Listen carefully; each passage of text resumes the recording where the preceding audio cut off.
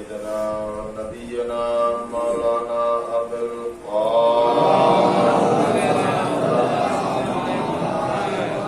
والصلاة والسلام على أهل بيته الطيبين الطاهرين المعصومين المظلومين المنتخبين المنتجبين أذهب الله عنهم الرجس وطهرهم تطهيرا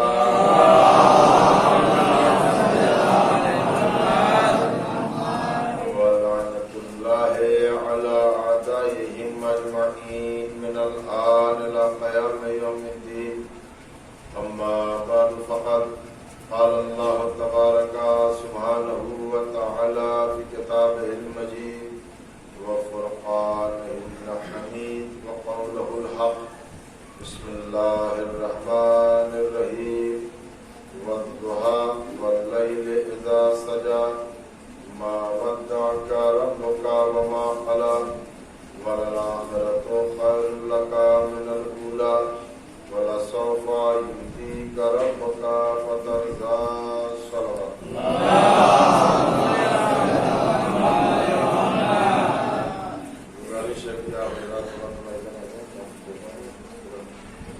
آگے آگے بڑھتے رہے تاکہ پیچھے آ جائیں ان کا سامنے جائیں گے. صلوات پڑھیں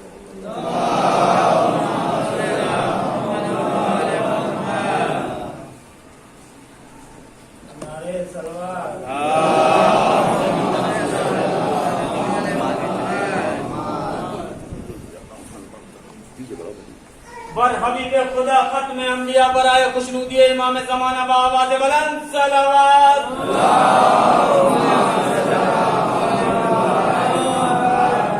ظاہر ہے کہ کل ہماری گفتگو اس مقام سے آگے ہو گئی. پروردگار عالم نے اپنے حبیب سرکار دو عالم حضرت محمد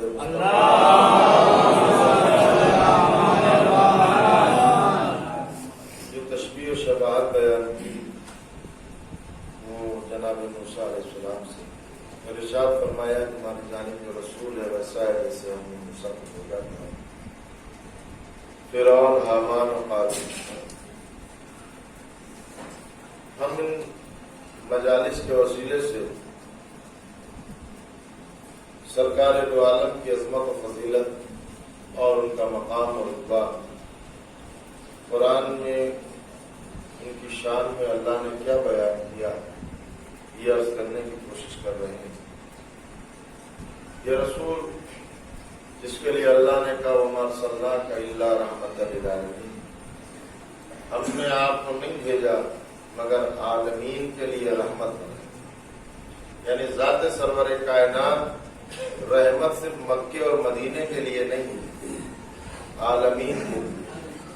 عالمین کتنا بڑا ہے کسی کو نہیں پتا، بس اتنا سمجھ لیجئے اللہ نے جب اپنی ربوبیت کا ذکر کیا تو ارشاد فرمایا الحمدللہ رب العالمین.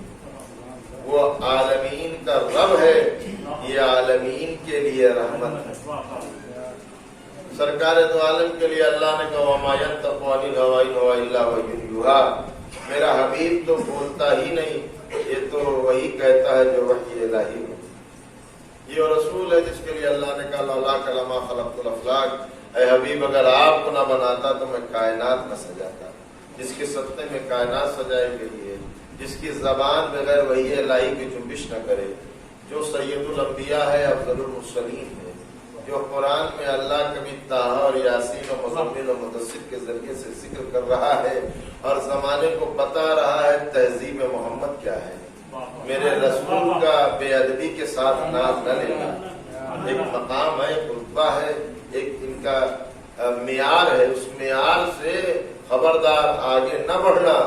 اگر نبی آگے بڑھ جائیں تو ان کے ایمان کو ضبط کر لیں گے، ان کا ایمان نہ بچے گا. تو جہاں نبیوں کی حیثیت نہیں ہے تو وہاں امتی کی اوقات کیا ہے؟ زمانے کو آپ بتائیے کہ شیعہ رسول کو کیا مانتے ہیں. اہل تشیع میں سرکار دو عالم کا معیار کیا ہے؟ آدم سے لے کر قیامت تک نبی کتنے ہیں؟ 1,24,000. ہم میں سے کوئی نبی ہے؟ کہا نہیں. آپ ایسے خاموش جیسے امید ہے کہ ہے. کہا نہیں صاحب نبی نہیں ہے. ہم میں ابھی فی الحال جو بیٹھے ہیں کوئی نبی؟ کیا خیال ہے 5 سال بعد بن جائیں گے؟ کہا پورا کنوج بھی اڑ دے گا تب بھی نہیں بنیں گے. تب بھی نہیں بنیں گے. کیوں؟ کہا دیکھیے اللہ کا عہدہ پبلک سے نہیں ملتا. اللہ کا منصب پبلک کے سپورٹ سے نہیں ملتا. میں جو عرض کرنا چاہ رہا ہوں مقام مصطفیٰ سرکار کی عظمت کیا ہے یہ ذہن میں رہے. ہم میں سے کوئی نبی نہیں ہے. کہا بالکل نہیں. آپ کیسی باتیں کر رہے؟ نہیں ہے بھائی. نبی نہیں ہے تب یہ حال ہے. نہیں ہے نبی نا. ہاں سمجھنا بھی نہیں. تو اللہ نے آدم سے یہ کائنات چلی. حضرت آدم سے قیامت تک خربوں لا تعداد انسان آئیں گے. سب کو تو نبی نہیں بنایا نا اللہ نے. ان خربوں لا تعداد میں سے صرف 1,24,000 کو نبی بنایا. آج تک کوئی احتجاج آپ نے سنا کہ جو یہ اس بات پہ ہو کہ پروردگار ہمارے ساتھ ظلم ہوا ہمیں نبی کیوں نہیں بنایا؟ کوئی آواز آپ نے سنی کسی مسجد سے, کسی مائک سے, کسی اشتہار میں آپ نے دیکھا کہ کسی نے کہا پروردگار ہمیں نبی کیوں نہیں بنایا؟ کوئی اعتراض نہیں. ہم نے کہا صاحب چلیے ایک جلسہ اس بات پہ بھی کر لیا جائے کہ ہمیں بھی نبوت ملے. کہ آپ کیسی بیوقوفی کی بات کرتے ہیں؟ یہ اللہ کا معاملہ ہے. اللہ جسے چاہتا ہے اسے بناتا ہے. اللہ جسے چاہتا ہے اسے بناتا ہے. ہم نے کہا ایک جملہ آپ ہماری طرف سے کہہ دیجئے. اگر آپ یہ کہہ رہے ہیں کہ اللہ جسے چاہتا ہے اسے بناتا ہے تو ہم بھی یہی کہہ رہے ہیں اللہ جب چاہتا ہے جسے بناتا ہے. جب چاہتا ہے جسے بناتا ہے. تو سب کو اللہ نے نبی نہیں بنایا. خربوں میں سے اور لا تعداد میں سے اس نے چنا تو 1,00,000 سب خاموش ہیں. جو نہیں نبی بنے وہ دیکھیں کتنے سکون سے بیٹھے ہیں ہمارا, ہے نا. کبھی سوچا ہی نہیں اس طرف. ارے ہم تو سارے عہدے کے لیے تڑپتے ہیں. یہ منصب مل جائے, وہ عہدہ مل جائے, یہ پوسٹ مل جائے, وہ مل جائے. کبھی نہیں تمنا آئی کہ ہمیں نبوت بھی مل جائے. کہا صاحب اس کا سوچنا کیا جو نہ ملے. تو ہم اتنے بیوقوف نہیں ہیں بلا وجہ کی باتیں سوچیں گے. تو سب کو نہیں بنایا. سب میں سے 1,24,000 کو بنایا. اور 1,24,000 میں سے صرف 313 کو رسول بنایا. انہی 1,24,000 میں سے 313 کو رسول بنایا. باقی جتنے نبی تھے انہوں نے بھی نہیں شور مچایا کہ ہمیں رسول کو نہیں بنایا. جیسے ہم خاموش بیٹھے ہیں ویسے وہ بھی خاموش تھے. تو رسول کتنے ہیں؟ 313. انہی 1,24,000 میں سے. اب کیلکولیٹ آپ بعد میں کریے گا کہ بچے کتنے. ٹھیک ہے نا. تو انہی 1,24,000 میں سے 313 کو رسول بنایا. باقی سب خاموش ہیں, کسی نے کچھ نہیں کہا. صاحب بیٹھے ہوئے. اور اللہ نے انہی 313 میں سے 5 کو اولو العزم پیغمبر بنایا. 313 میں سے 5 کو اولو العزم پیغمبر بنایا. باقی جتنے بچے انہوں نے بھی نہیں کہا کہ ہمیں کیوں نہیں بنایا, ہمیں کیوں نہیں اولو العزم بنایا. کسی نے نہیں کہا. ان 5 میں سے اللہ نے ایک کو خاتم الانبیاء بنایا, سید الانبیاء بنایا, افضل المرسلین بنایا. اب آپ ذرا غور کریے گا جو بات میں کہنا چاہ رہا ہوں مقام مصطفیٰ کے لیے ساری کائنات کے سارے انسان مل کر ایک نبی جیسے نہیں. غور کرنا, ساری کائنات کے انسان مل کر ایک نبی جیسے نہیں. سارے نبی مل کر رسول جیسے نہیں. سارے رسول مل کر اولو العزم پیغمبر جیسے نہیں. 4 اولو العزم پیغمبر مصطفیٰ جیسے نہیں. تو جس کے جیسے نبی اور رسول نہ ہو تو امتی نبی جیسے کیسے ہوں گے. محمد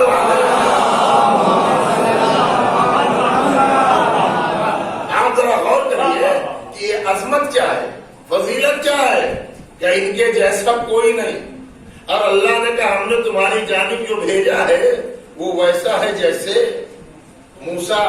تو پروردگار یہ موسیٰ کے بھی نبی ہے تو موسیٰ جیسے کیسے ہے؟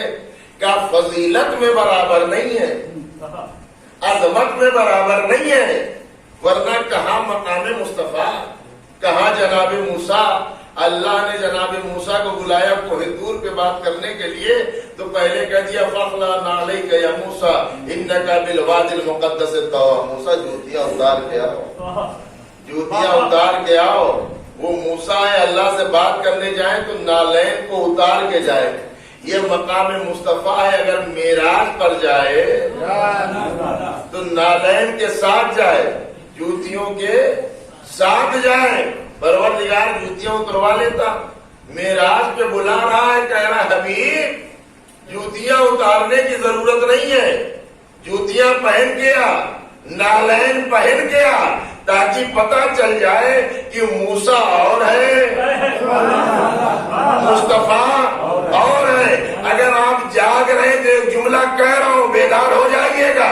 اللہ نے اپنے حبیب کو معراج پر جوتیوں کے ساتھ بلایا۔ معراج کا مطلب آسمان پہ آسمان، آسمان پہ آسمان، وہ نور الہی کی جلوہ ریزی، وہ اللہ کا نور برس رہا ہے۔ وہاں جوتیاں پہن کے پروردگار جوتیاں مکے میں اتروا دیتا کہ وہیں چھوڑ کے آ جاؤ کا، نہیں تم نہیں سمجھو گے۔ میری رسول کی معراج پر یہ بحث ہوگی، کوئی کہے گا نورانی معراج ہے، کوئی کہے گا جسمانی معراج ہے۔ جوتیوں کے ساتھ بلا کے بتایا کہ روح جوتیاں نہیں پہنتی، جسم پہنتا ہے۔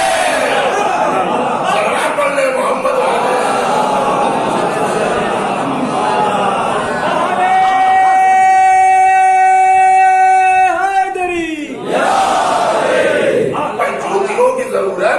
روح کو نہیں ہے، تو یہ نہ کہنا روحانی معراج، بلکہ جوتیاں تو جسم پہنتی ہیں۔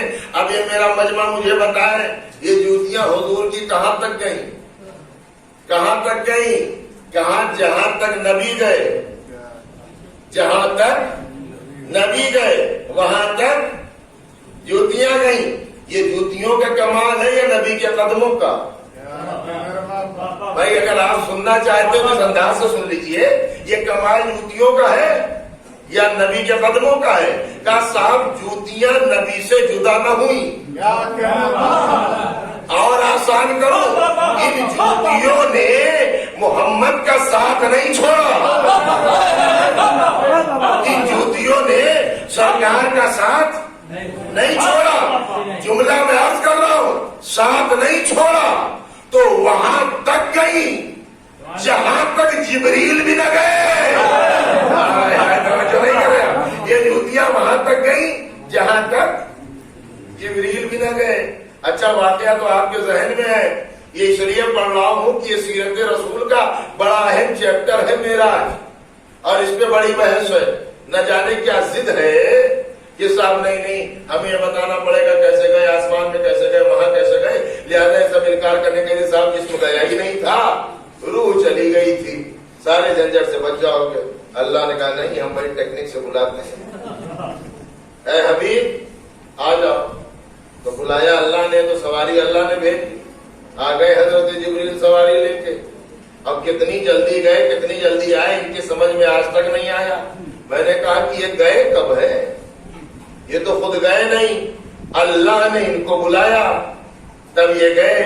اچھا جب جانے لگے تو سفر تو بہت طولانی ہے، طولانی سفر ہے، جا رہے ہیں لیکن سرکار نہ داہنی طرف دیکھ رہے ہیں نہ بائیں طرف دیکھ رہے ہیں، نہ داہنے مڑ کے دیکھا نہ بائیں مڑ کے دیکھا۔ یا رسول اللہ کیوں؟ کہا معراج پر ہے، اور معراج چاہے نماز کی ہو یا میری ہو، سیدھے سیدھے چلو۔ جانے لگے ایک مقام وہ آتا ہے کہ جہاں جا کر جو ساتھ لے کے گیا ہے مکے سے، وہ جا کے وہاں پہ رک گیا، کہتا سرکار میں اب آگے نہیں جا سکتا، اگر آگے بڑھا تو میں جل جاؤں گا۔ اچھا ذرا آپ اپنے اوپر رکھ کے سوچیں، آپ کو کوئی یہاں کبیر پور سے لے کے جائے اور اس جگہ لے کے جائے جہاں آپ جانتے نہ ہو، اور پورے راستے وہ آپ کو ساتھ لے کے جائے اور ایک جگہ لے جا کے چھوڑ دے، بس اب آپ جانے، آپ کا کام جانے، آپ اس سے کیا